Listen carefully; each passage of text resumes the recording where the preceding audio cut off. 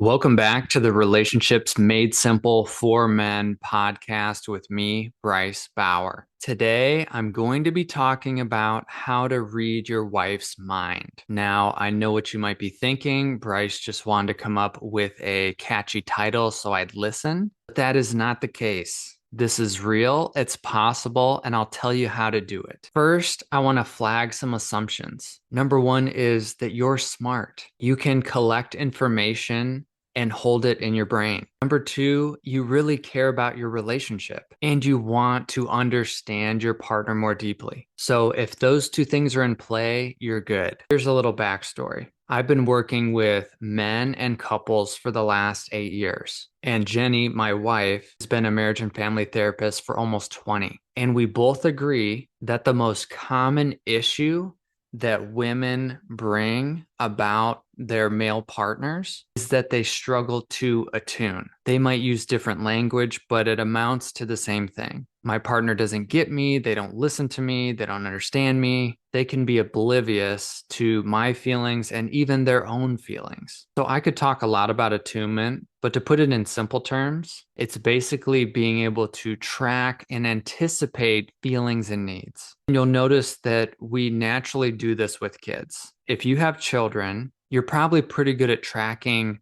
how they're feeling and why that is. If you're giving them attention, they probably like that. If you're being soft and sweet and playful with them, they light up. You can anticipate when they need a nap, when they might be hungry. You understand that there's consequences to them not getting their needs met, which is usually them having a meltdown. And this is the same for adults, apart from two big differences. The first is that adults have a tendency to mask what they're actually feeling. Maybe they say they're fine when they're not, or they hide out when they're feeling sad and lonely. It's just a little bit harder to assess emotions. The second big difference is that they're an adult. So ultimately, they're responsible to take care of their own needs when it comes down to it. But if you've been in a relationship for more than a couple years and lived with somebody, done that whole deal, you'll notice that the expectation begins to arise that we're going to lean on each other, take care of each other. Sometimes one partner needs to step up more to pick up the slack. It's a balancing act, it's a dance. And we're prone to thinking that we're getting the shit end of the stick. Oftentimes, both people feel that way for different reasons. So, this is where attunement, tracking, and communication skills are really helpful. And the better that you understand your partner, the more clearly you'll know what's going on in their minds. That is why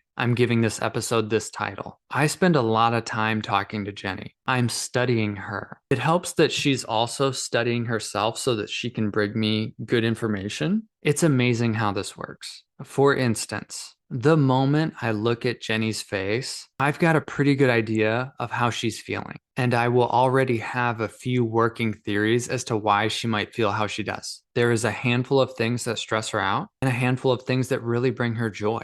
I also understand her value system. Physical and emotional safety is like her top priority. So if she's worried about something, it probably has something to do with that. If we're in a disagreement about something, or there are some big feelings in the space, difficult feelings, I know that extra softness and sweetness go a long way. That's what helps her feel emotionally safe. I also know she values me going deeper into my feelings. So I know she's going to want some of that if we're having an emotional conversation. I can ask her all the right questions. At some point, she's going to want to feel me and the impact that she's having on me. So I know that's a lot, but I'm trying to paint a picture of what this can look like because this is something I do really well. It's an area of expertise in my life, and you can do this too if you work on it. I'll even give you a very simple exercise to do in your own time. It won't even take that long. But whether or not you do the exercise, the mantra I want you to remember is to pay attention. It's amazing what this can do because you are a smart guy. I know you can look at your partner and get a sense for how they're feeling. I know you can draw on past data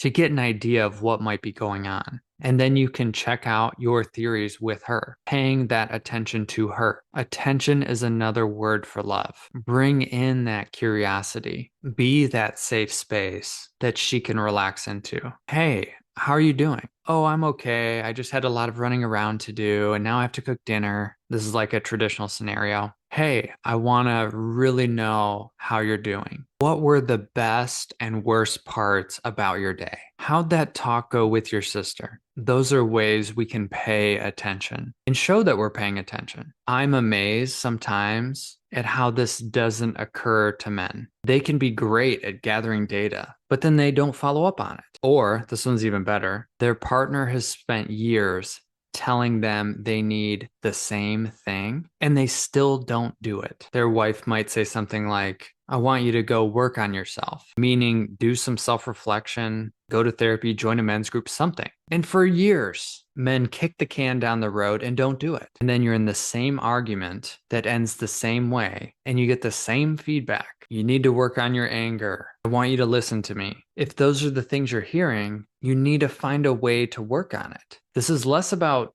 reading their minds and more about getting it through your thick skull. Sometimes you don't have to read your partner's mind. You just have to remember what they've said in the past. Because if that hasn't been resolved or it's not being worked on, that's probably what they're thinking. Here we go again. He's in his mood. He's doing his strategy. He doesn't get it. And you're looking for the quick fix. What can I say or do right now that will fix your feelings? Sometimes that works. More often than not, it's a buildup of not following through on past requests. There's also another concept that I want to introduce, which is to harness the superpower that I believe you have, which is to see into her heart and soul. I believe there's a part of you, a wise, powerful part of you that can see deeply into her. I believe you can do this because if you're the type of guy listening to this podcast, you have a big heart. You're a feeler. And maybe this power has been conditioned out of you in some ways over time. It is for a lot of boys, but you can find it again. A lot of times, intention is all it takes. There are moments when Jenny's talking. She could be talking about anything. It might not even be important. But I look at her and I just think, man, I love this woman.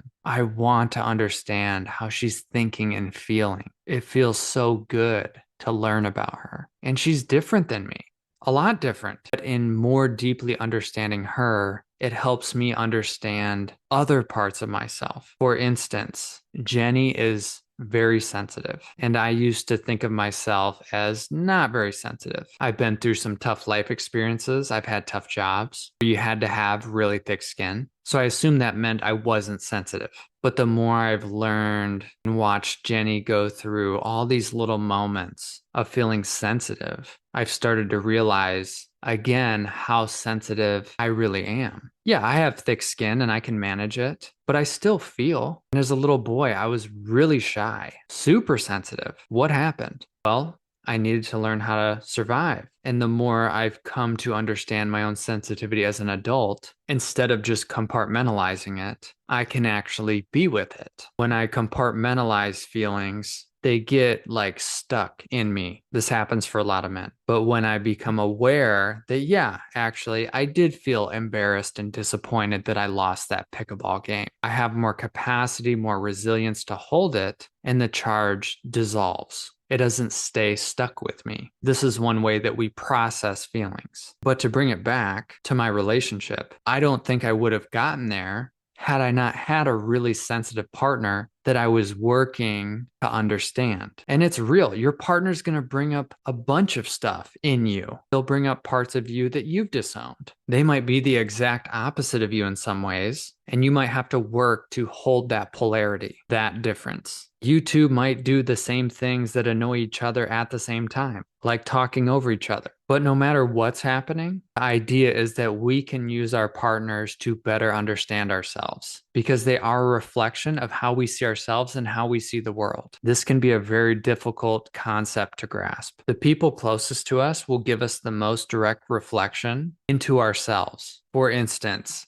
if you feel unappreciated by your partner often, there's a good chance that you believe you live in a world that doesn't really care about you or that won't ever really be able to see you. It's highlighting some wound there. And ironically, we will draw people into our lives that highlight our wounds. Why do people keep partners around who treat them like shit? It's because at a core level, they believe that's what they deserve and or there's no way they could find something better. The more your self-worth increases, the less you'll put up with as far as really unskillful behaviors go. All right, so now it's time for the exercise. What I want you to do is to sit down and write what you think your partner's highest values are. 5 to 10 things. They could be quality time, emotional safety, attunement, building a relationship with the kids, you working on yourself, community, physical exercise, peace, listening,